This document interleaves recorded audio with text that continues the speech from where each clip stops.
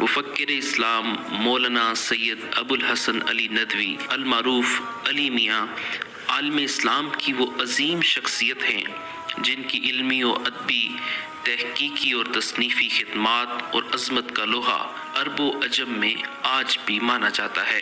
آپ بیک وقت مفکر، مدبر، مصلح، قائد، ادیب، خطیب، مصنف، بلند سوچ و فکر اور غیر معمولی ہمہ و جہد شخصیت کے مالک اور بے پناہ علمی اور دینی ممتاز خصوصیات کے حامل ہونے کے ساتھ آپ کی علمی، دینی، روحانی، ادبی خدمات کا دائرہ نہایت وسیع ہے۔ مولانا سید ابو الحسن علی ندوی 20ویں صدی میں عالم اسلام کی ان چند گنی چنی عظیم شخصیات میں سے ایک ہیں جن کے احسان سے امت مسلمہ سبکدوش نہیں ہو سکتی۔ ایسی شخصیت جو علم و فضل، سلامت فکر، زہد و تقوی، خشیت الہی، اعتدال و توازن جیسی خصوصیات کو اپنے اندر یکجا کر لینے کے ساتھ ساتھ ہر وقت امت کی فکر میں گھل رہی تھی، جس کے دل بے تاب میں عالم اسلام کے ہر خطہ کے لیے یکساں تڑپ موجود تھی۔ آپ کی ولادت 5 دسمبر 1914 کو بھارت کے شہر رائے بریلی میں ہوئی۔ آپ کا نام علی کنیت ابو الحسن ہے۔ آپ کے والد ماجد کا نام سید عبدالحی تھا، جو اپنے وقت کے زبردست عالم دین تھے، جنہوں نے 8 جلدوں پر مشتمل ایک عربی سوانح دائرۃ المعارف لکھا، جس میں برصغیر کے تقریباً 5000 سے زائد علماء اور مصنفین کے حالات زندگی موجود ہیں۔ آپ کا نسبی تعلق رائے بریلی کے مشہور خاندان سید احمد شہید سے ہے۔ آپ نے ابتدائی تعلیم گھر میں ہی حاصل کی اور کم عمری میں یتیم ہو گئے، تو برادر کبیر ڈاکٹر سید عبدالعلی کے زیر سایہ اور والد ماجدہ کی زیر نگرانی میں تعلیم و تربیت پائی۔ اس کے بعد عربی، فارسی اور اردو میں تعلیم کا آغاز کیا۔ علی میاں نے مزید اعلیٰ تعلیم کے حصول کے لیے لکھنؤ میں واقع اسلامی درسگاہ دارالعلوم ندوۃ العلماء کا رخ کیا اور وہاں سے علوم اسلامی میں سند فضیلت حاصل کی۔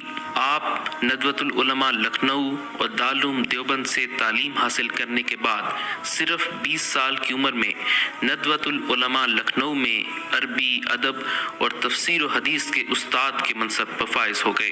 دارالعلوم ندوۃ العلماء میں بحیثیت استاذ اپنی تدریسی زندگی کا آغاز کرنے کے دوران دارالعلوم ندوہ کے اہم ترین عہدوں کی ذمہ داریاں سنبھالے ہوئے جب ناظم ندوۃ العلماء ہوئے تو دارالعلوم میں تازہ روح پھونکنے کے ساتھ نہ صرف دارالعلوم ندوۃ العلماء کو سیاسی میدان بننے سے ہمیشہ محفوظ رکھا، بلکہ خاندانی اور سیاسی مفادات پر ادارے کو فوقیت دی تاکہ یہ تاریخی درسگاہ یکسو ہو کر ہمیشہ دین اسلام، قوم و ملت کی خدمت انجام دیتی رہے۔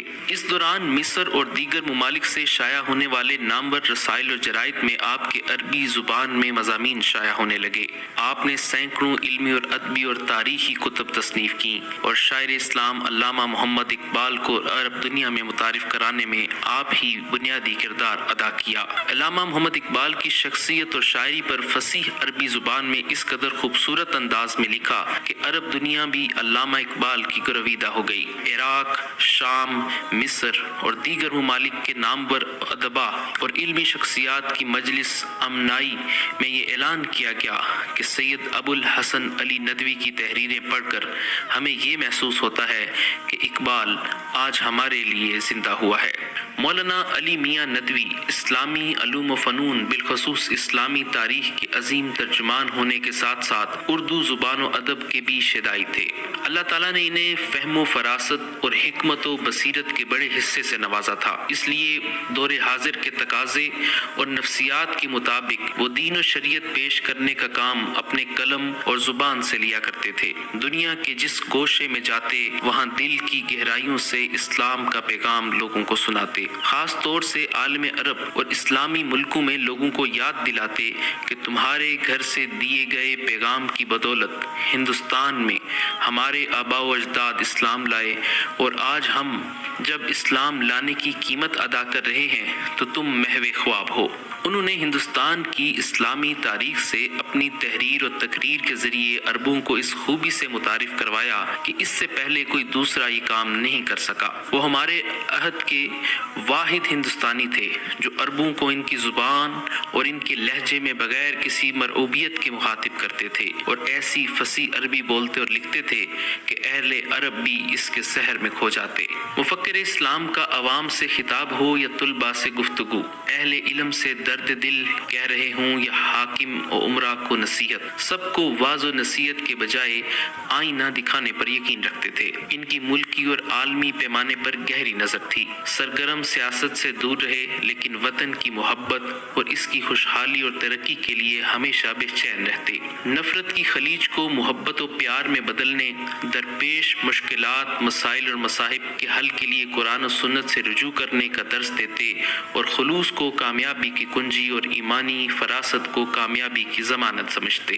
بقول مفتی محمد ظہوری ندوی رحمۃ اللہ علیہ، آپ قدیم و جدید کا حسین امتزاج، ندوۃ العلماء کے تخیل کا زندہ اور جاوید پیکر تھے۔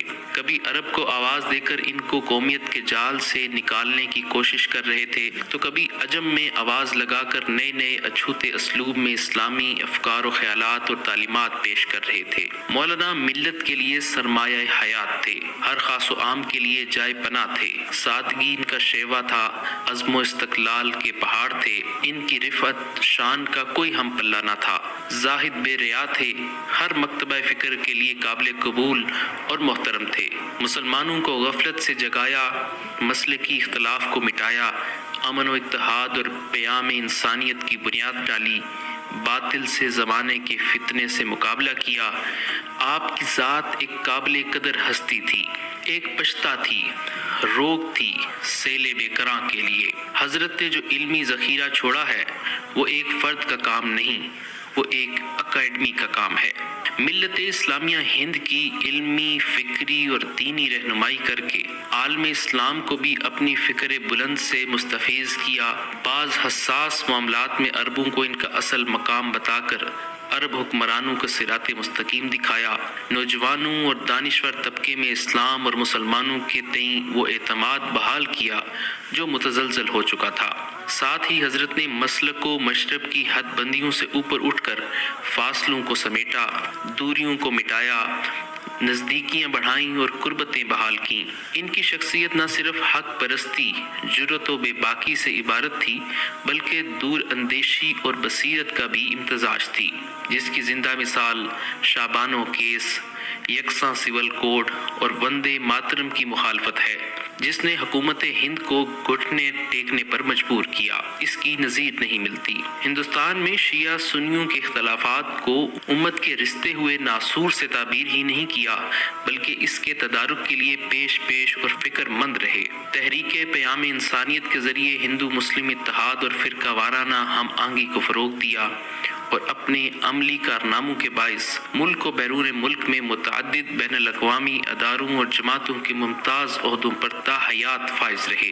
عالمی رابطہ ادب اسلامی کے پہلے صدر منتخب کیے گئے۔ آکسفورڈ یونیورسٹی میں اسلامی مطالعات کا شعبہ قائم ہوا تو پوری دنیا کی نظر انتخاب مولانا پر آ کر ٹھہری اور آپ نے اس مسند صدارت کو رونق بخشی۔ خانہ کعبہ جو روئے زمین پر خدا کی عبادت کے لیے سب سے پہلا مقدس، پاکیزہ اور مبارک وہ گھر ہے جس کے بے شمار فضائل اور برکات و ہدایت کی بہت سی نشانیاں ہیں۔ آپ اپنے ملک میں واحد شخص تھے کہ 18 دسمبر 1997 کو علماء عرب و عجم کی موجودگی میں کلید کعبہ پیش کی گئی۔ آپ کے دست مبارک سے دروازہ کھولا گیا اور سب سے پہلے آپ ہی کعبۃ اللہ میں داخل ہوئے۔ آپ نے بے شمار ممالک کے دورے کیے۔ آپ جس ملک میں بھی جاتے وہاں کی علمی شخصیات کے علاوہ سربراہان مملکت بھی آپ کے ساتھ ملاقات کو اپنے لیے باعث فخر اور سعادت سمجھتے۔ آپ رابطہ عالم اسلامی سمیت درجنوں تنظیموں اور اداروں کے ممبر اور سرپرست تھے۔ آپ اسلامی ادیبوں کی عالمگیر تنظیم عالمی رابطہ ادب اسلامی کے بانی و سرپرست بھی تھے، جو کہ پوری دنیا میں اسلامی ادب کے فروغ اور مسلم ادیبوں کو اس پلیٹ فارم پر متحد و منظم کرنے کے لیے سرگرم عمل ہے۔